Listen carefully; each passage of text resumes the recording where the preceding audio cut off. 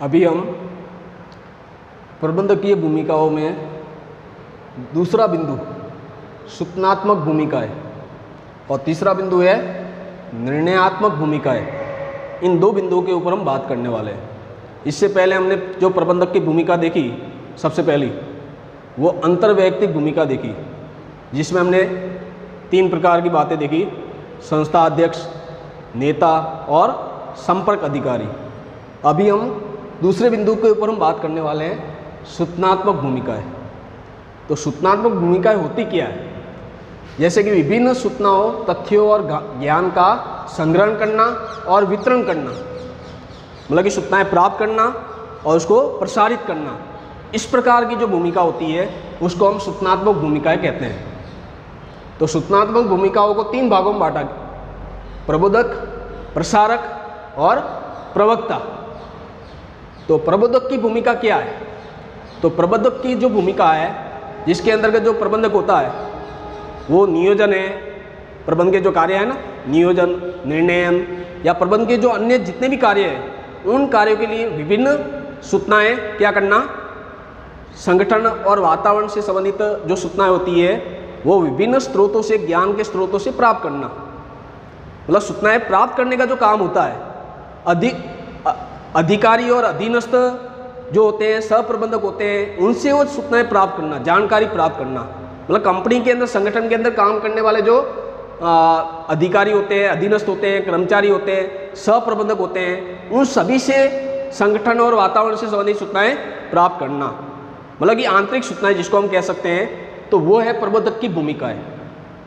दूसरी भूमिका है प्रसारक की भूमिका। तो प्रसारक की भूमिका क्या है? तो कंपनी में जो अधीनस्थ जो लोग काम करते हैं या कंपनी की विभिन्न जो इकाइयाँ होती है, उन इकाइयों और उन अधीनस्थों को सूचनाओं को क्या करना है, प्रेषित करना, उनको वितरण करना। जैसे हमने देखा संग्रहण एवं वितरण, पहले हमने सूचनाएं प्राप्त की, अब हम क्या कर रहे हैं, वितरण कर रहे हैं, प्रेषित कर रहे हैं। और इससे क्या होता है कि सूचनाएं 2 प्रकार की होती है, एक होती है तथ्यात्मक सूचनाएं और एक होती है मूल्य सूचनाएं। तथ्यात्मक और मूल्य सूचनाएं, ये दोनों प्रकार की सूचनाएं क्या करते हैं, प्रेषित करते हैं उनको, जिससे कि जो प्रबंधक होते हैं वो अपने दृष्टिकोण के आधार पर, अपने प्राथमिकता के आधार पर ये सूचनाएं और प्रेषित करते हैं। कुछ सूचनाएं ऐसी होती है जो ज़्यादा महत्वपूर्ण होती है, तो प्राथमिकता के आधार पर क्या करना है, उन सूचनाओं को अपने अधिकारी है, अपने इकाइयाँ हैं, अपने अधीनस्थ है, सहप्रबंधक है, उनको सूचनाएं क्या करनी है, प्रेषित करनी है। तो इस प्रकार की एक दूसरी भूमिका है जिसका नाम है प्रसारक की भूमिका। तीसरी भूमिका, सूचनात्मक भूमिकाओं में तीसरी भूमिका है प्रवक्ता की भूमिका। अब प्रवक्ता की भूमिका क्या कहना चाहती है? तो इसके अंतर्गत कंपनी की जो योजनाएं होती है, कंपनी की जो नीतियां होती है, कंपनी के जो कार्यक्रम होते हैं, इन सभी योजनाओं के बारे में, नीतियों के बारे में, कार्यक्रमों के बारे में, और ग्राहक है, सरकार है, समाज है, समुदाय है या आपूर्तिकर्ता है, ऋणदाता है, इन सभी को उसके बारे में बताना। मतलब कि जो बाह्य पक्षकार है, जैसे हमने प्रसारक में क्या देखा, आंतरिक पक्षकारों को सूचनाएं प्रेषित करना। अभी हम तीसरे बिंदु के अंदर क्या देख रहे हैं, प्रवक्ता के अंतर्गत, कि कंपनी की जो योजनाएं होती है, कंपनी की जो कार्यक्रम होते हैं, कंपनी की जो नीतियां होती है, उसके बारे में लोगों को बताना, बाह्य लोगों को बताना। बाह्य लोगों में कौन है, सरकार है, समाज है, अन्य संस्थाएं हैं, ग्राहक है, आपूर्तिकर्ता है, ऋणदाता है, उनको इस प्रकार की कंपनी की सूचनाओं के बारे में जानकारी प्रदान करना, ये है प्रवक्ता की भूमिका। तो इस प्रकार से सूचनात्मक भूमिकाओं को 3 भागों में बांटा गया है: प्रबोधक, प्रसारक और प्रवक्ता। अब हम प्रबंधक की भूमिकाओं में तीसरा बिंदु है निर्णयात्मक भूमिका है, इसके ऊपर हम बात करने वाले हैं। निर्णयात्मक भूमिका क्या कहना चाहती है? तो कंपनी की जो व्यूहरचना होती है, आगे की जो नीतियां होती है, आगे की जो योजना होती है, आगे की जो रणनीति होती है, उसका निर्माण करने संबंधी जो भूमिका है, उस भूमिका को हम कैसी भूमिका कहेंगे, निर्णयात्मक भूमिका। जैसे कि किसी भी प्रकार की, भविष्य में किसी भी प्रकार की कोई समस्या आ सकती है, तो उसका पूर्वानुमान लगाना और उसके लिए पहले से रणनीति बना के रखना। तो इस प्रकार की भूमिका को हम किस प्रकार की भूमिका कहेंगे? निर्णयात्मक भूमिका। तो निर्णयात्मक भूमिका को 4 भागों में बांटा गया है। पहली है उद्यमी की भूमिका, दूसरी है उपद्रव निवारक की भूमिका, तीसरी है संसाधन वितरक की भूमिका और चौथी है वार्ताकार की भूमिका। तो सबसे पहले हम देखेंगे उद्यमी की भूमिका। तो उद्यमी की भूमिका क्या होती है? तो एक संगठन के अंदर कई प्रकार के, जैसे भविष्य में अवसर आ सकते हैं, कई प्रकार की चुनौतियां आ सकती है, कई प्रकार के और खतरे पैदा हो सकते हैं। तो उन चुनौतियों का सामना करना, उन अवसरों का लाभ उठाना, उन खतरों को कैसे हम संघर्षों को सामना कर सकते हैं, इसके बारे में पहले से हमको क्या होनी चाहिए? योजनाएं बनी हुई होनी चाहिए। उसकी पहले से योजना बनी हुई होनी चाहिए, जिससे कि हम उन अवसरों का समय से लाभ उठा सकें, उन चुनौतियों का सही ढंग से सामना कर सकें। तो उद्यमी की भूमिका हमको समझ में आनी चाहिए।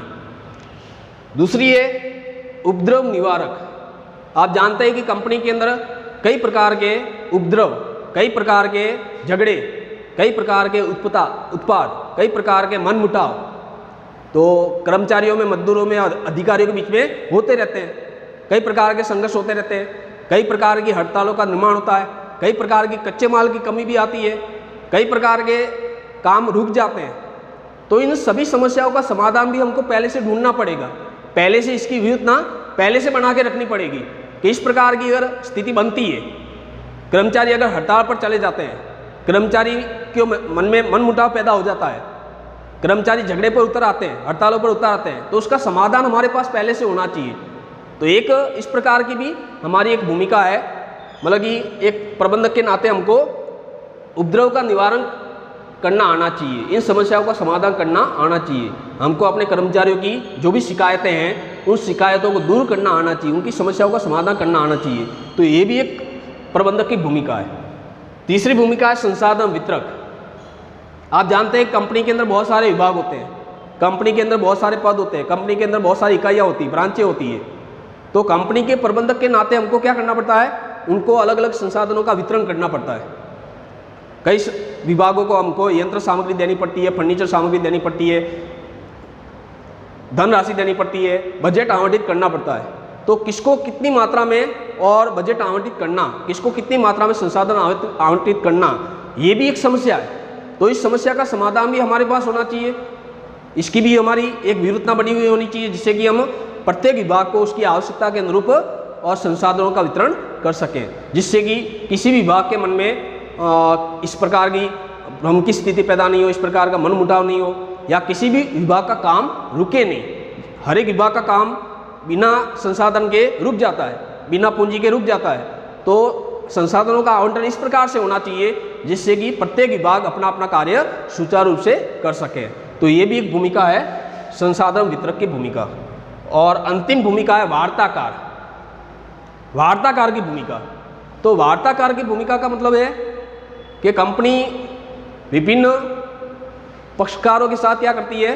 वार्ता करती है। विभिन्न बाह्य पक्षकारों के साथ क्या करती है? वार्ता करती है। विभिन्न संगठनों के साथ, विभिन्न समुदायों के साथ, विभिन्न इकाइयों के साथ, मतलब कि उनके बीच में वार्ता करने से क्या होता है कि उनके मन में जो हमारी कंपनी के प्रति जो दृष्टिकोण है उसके बारे में हम अवगत होते हैं, और हमारा जो उनके बारे में जो दृष्टिकोण है उससे हम अवगत होते हैं, जिससे कि एक दूसरे के दृष्टिकोण को जान सकें, एक दूसरे की समस्याओं को जान सकें।